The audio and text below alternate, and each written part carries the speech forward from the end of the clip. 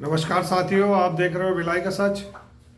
आज हम बात करेंगे बालाघाट की, जहां पर निर्वाचन अधिकारी प्रेस कॉन्फ्रेंस लेकर अपनी सफाई दे रहे हैं। बैलेट पेपर की छेड़खानी को लेकर ये मामला सामने आया था।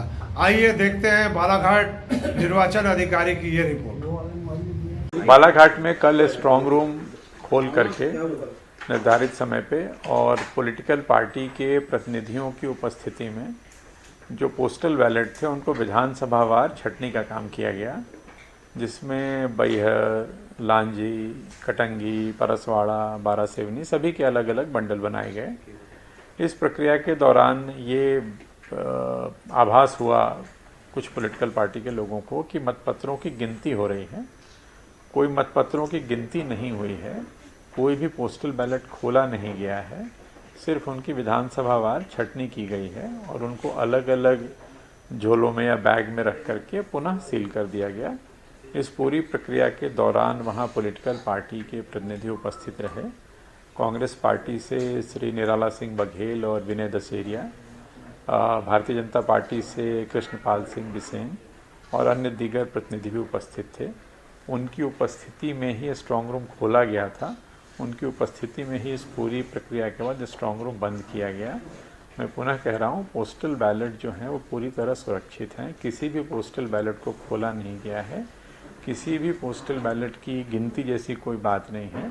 मतगणना अपने जो निर्धारित समय है, जो निर्धारित दिनांक है, उस पर 3 तारीख को होगी।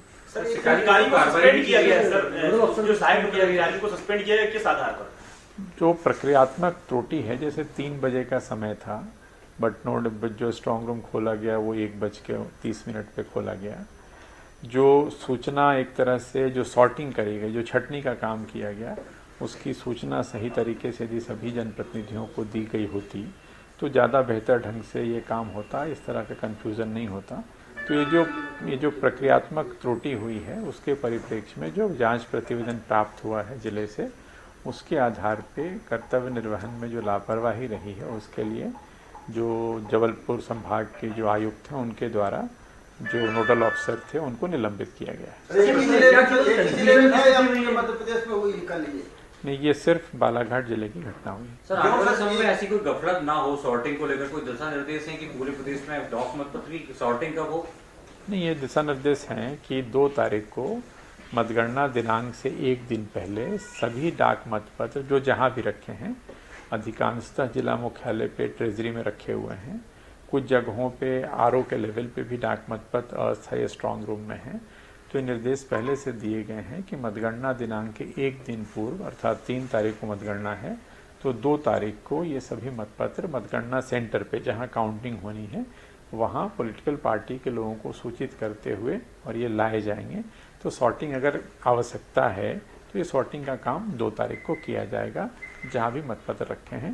राजनीतिक दलों को सूचना दे करके, और यदि वो उपस्थित होते हैं तो उनकी उपस्थिति में करेंगे।